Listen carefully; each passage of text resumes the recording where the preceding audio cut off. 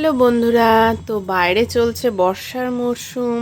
না এটা শীতকালের শুরু, বাট বাইরে চলছে বৃষ্টি, হাওয়া, ভীষণ বৃষ্টি হচ্ছিল। এখন একটু বৃষ্টিটা জাস্ট কমলো, বাইরেও বেরোতে পারছি না, বাট কিছু খাওয়ারও মন করছে, তাই ঝটপট একটুখানি বানিয়ে নিলাম পেঁয়াজি।